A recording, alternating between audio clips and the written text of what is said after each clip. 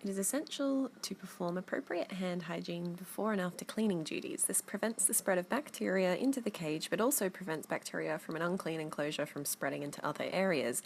It is one of the most important steps in combating infection control and should be practiced before and after every encounter with patients and their associated materials and areas.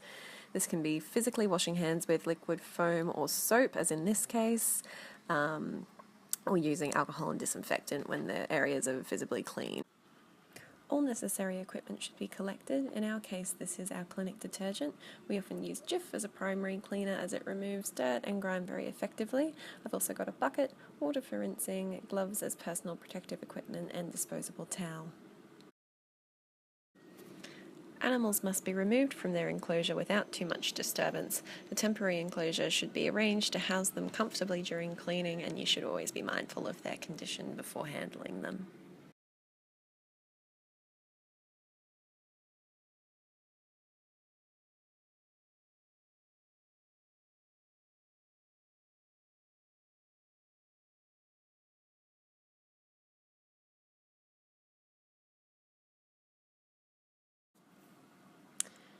Any solid materials should be removed from the cage, and soiled materials should be washed or disposed of in accordance with the clinic policy in order to allow a thorough clean.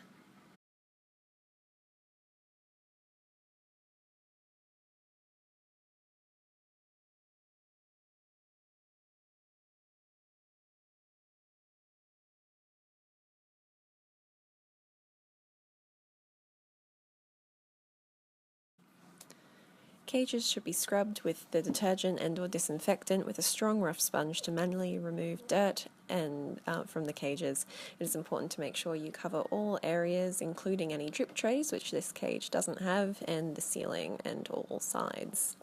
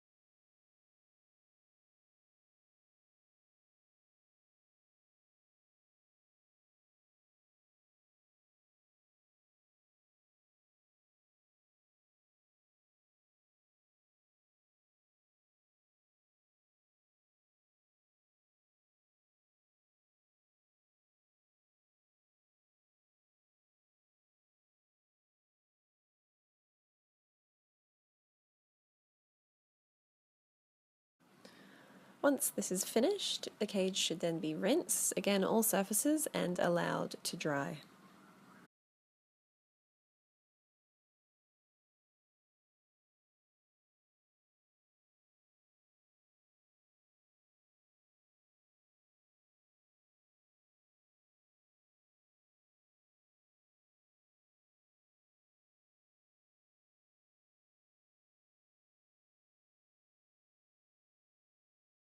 Disinfectant is then applied. In our clinic we use F10 diluted at a rate of 1 to 500 in order to protect against a wide array of infectious diseases.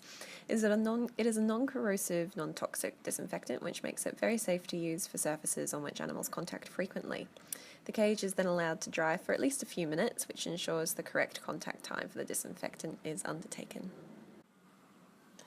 Once all surfaces have been thoroughly disinfected, including high-use areas, including the cage front itself with the handles, the cage should be allowed to dry and then checked for cleanliness.